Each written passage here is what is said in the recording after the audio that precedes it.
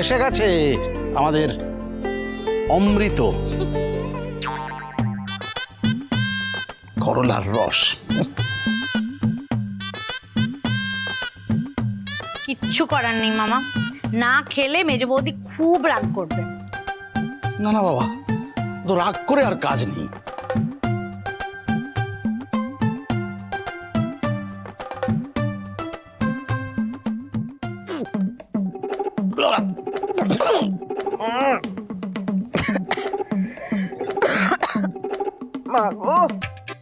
নিয়ে যাও নিয়ে যাও, এইসব ছাইপাস গেলা আমার পক্ষে অসম্ভব। আমার পক্ষে অসম্ভব। মেজ বৌদি তোমাদের খাবার দাবারে যে চাট বানিয়ে দিয়ে গেছে তাকে অমান্য করা আমার পক্ষেও অসম্ভব। মামি মুখ ভেটকালে হবে না, খেয়ে নাও খেয়ে নাও। সত্যু, এ দেখো আমরাও খাচ্ছি। এই তোরা এই অখাদ্যটা খাচ্ছিস কি করে বলতো? এই তো এমন করে।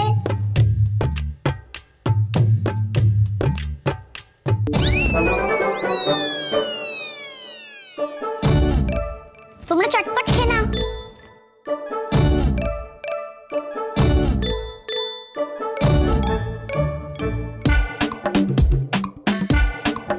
মামা দাদু আর মামি ঠাম্মি তো জানি না যে আমরা পুদিনা পাতার রস খাচ্ছি। আরে এই সতু, এই তোরা সবাই মিলে কি খাচ্ছিস রে? হ্যাঁ, ওই মেজ বৌদি বলেছে। বুঝেছি, বাড়িতে একবারে সবাইকে রস খাইয়ে যাতে সবার শরীর টান টান থাকে সেই ব্যবস্থা করে গেছে। বলি আমার জন্য তো কই রসটা সানোনি? না না মা, আপনি এই জুসটা খেতে পারবেন না। কেন খেতে পারবো না কেন? বলি পরের শাশুড়ির দিকে তোমার তো একবারে খুব নজর, আর নিজের শাশুড়ি যে একেবারে দিন দিন রোগা হয়ে যাচ্ছে ওই সেই দিকে তো তোমার নজর পড়ে না। হ্যাঁ,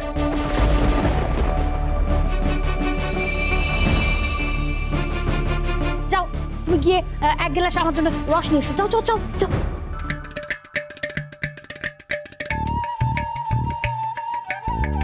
এই ফুলি, আমাকে আরেক গ্লাস জুস দে তো। এইবারে বুঝবে। এই তো, কে খাবে গো? কে আবার? যে জিভে রাখা নিম পাতা সে। মা এই নিন।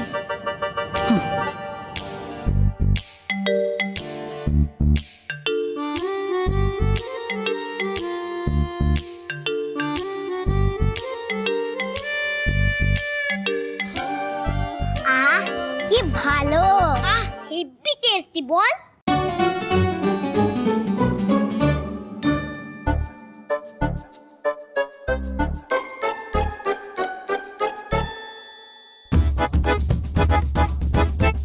নিকাত ভালো খেতে হবে, না হলে এই বিচ্ছুগুলো তাড়িয়ে তাড়িয়ে খায় কখনো?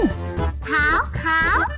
খাবই তো, আমাকে তো কিছুই দেয় না, সবকিছু একেবারে চেয়ে চিনতে আমাকে নিতে হয়।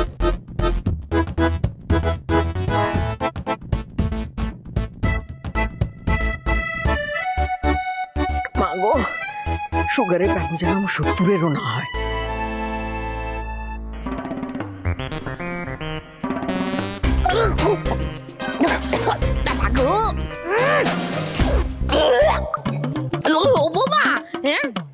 আমি এটা রস এনে দিতে বলেছি, আমি রস এনে দিতে বলেছি বলে তুমি আমাকে বিষ এনে দিলে? হ্যাঁ, তুমি কি গো বাবা, না ধরো। এই বিষই তো আমরাও খাচ্ছি গো দিদি। দিদি তুই জোর করে চাইলি তাই তো সেজ বৌমা এনে দিল। এই দেখ সতু, তুই না একদম মিথ্যা কথা বলবি না। তুই আমাকে শেখাতে এসছিস? হ্যাঁ, বলি এই বিচ্ছু দুটো করলার রস ওরকম চোচো করে খাচ্ছে। হ্যাঁ, ওই এলেন যত নষ্টের গোড়া। আমি আবার কি করলাম পিসিমা? বলি সবাইকে তুমি ভালো জিনিসের রস খাইয়ে আমাকে তুমি করলার রস খাওয়াচ্ছ? হ্যাঁ, আমি তোমার দু চক্ষের বিষ, তাই না? আমাকে তুমি ওই ঢিট করবার জন্য তুমি এই ফোন দিয়ে এটেছো, তাই না? এই পাপ তোমার ধম্মে সইবে না মেজো বৌমাই, আমি তোমাকে বলে দিলাম।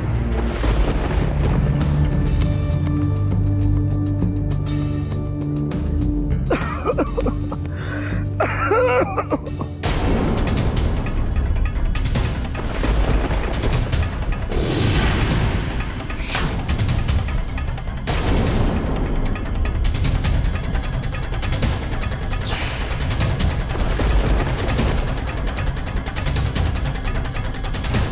শঙ্কর, এটা কে?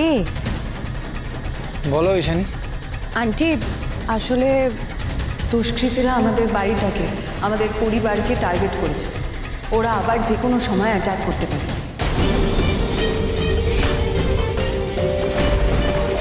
তাই পুলিশ ডিপার্টমেন্ট থেকে ওনাকে পাঠানো হয়েছে সিকিউরিটির জন্য।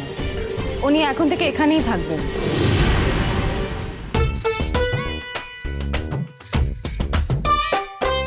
শুনেছি বাড়ির বউ লক্ষ্মী হয়। সেই বউ যদি বাড়িতে বিপদ ডেকে আনে তাহলে তাকে অলক্ষ্মী বলে। তো সব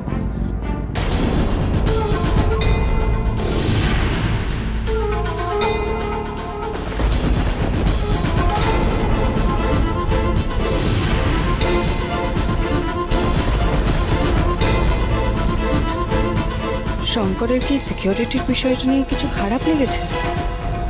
পিসি ঠাম্মি মাকে আজ খারাপ কথা বললো। ঠাম্মিকে একটু পানিশমেন্ট দিতে হবে আজ রাতে।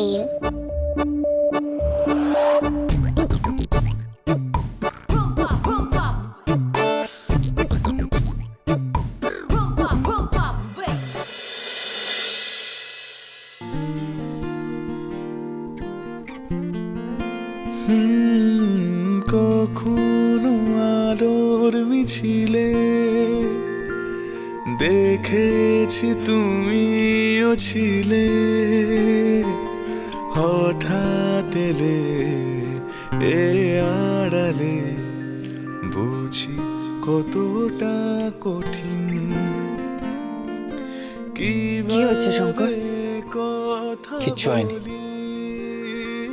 চেনা মানুষ হঠাৎ অচেনা হয়ে উঠলে মেনে নিতে কষ্ট হয়। তোমার যে চেনা মানুষ অচেনা হয়েছে সেটা কি আমি, শঙ্কর? চুপ করে থেকো না শঙ্কর, আমার কথার উত্তর দাও। তুমি আমাকে ভরসা করো না, ঈশানী? এসব কথা কেন বলছো তুমি? ভরসা তো করোই না, নাহলে যেখানে বারবার আমরা সংসার আর কাজকে আলাদা করার চেষ্টা করছি সেখানে তুমি কেন পুলিশের সাহায্য নিচ্ছ? তুমি কি আমাকে বিশ্বাস করো না?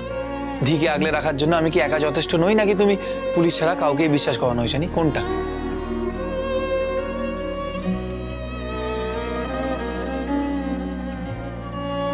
এখনো দুজন দুষ্কৃতী বাইরে ওপেনলি ঘুরছে। তুমি একটু ভেবেচিন্তে কাজ করবে তো শঙ্কর? ঈশানী, শান্ত হও। আমিও তো ধীর বাবা, আমার কি কোনো দায়িত্ববোধ নেই?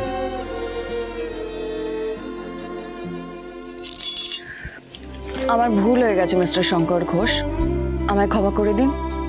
I am sorry. ঠিক আছে। আমি জানি শঙ্কর, ধিকে রক্ষা করার জন্য তুমি একাই যথেষ্ট, কিন্তু আমি তো শুধু ধিয়ের কথা নয়, তোমার কথা, গোটা পরিবারের কথা চিন্তা করেছি। দুষ্কৃতীরা আবার হামলা করতে পারে আমার মেয়ের উপরে, আমার বরের উপরে, আমার গোটা পরিবারের উপরে। আর সে কথা জানার পরে আমি কি করে নিশ্চিন্ত থাকি বলো তো? তুমি নিজেকে একবার আমার জায়গায় বসিয়ে দেখো। আমি গোটা ফ্যামিলি সিকিউরিটির কথা ভেবে গার্ডের ডিসিশনটায় রাজি হয়েছি। বেশ, আমি এক্ষুনি স্যারকে ফোন করে বলে দিচ্ছি আমাদের আর গার্ডের কোনো দরকার নেই। ঈশানী, কাউকে কিছু বলার দরকার নেই। আমি তোমাকে ভুল বুঝেছিলাম ঈশানী, সরি।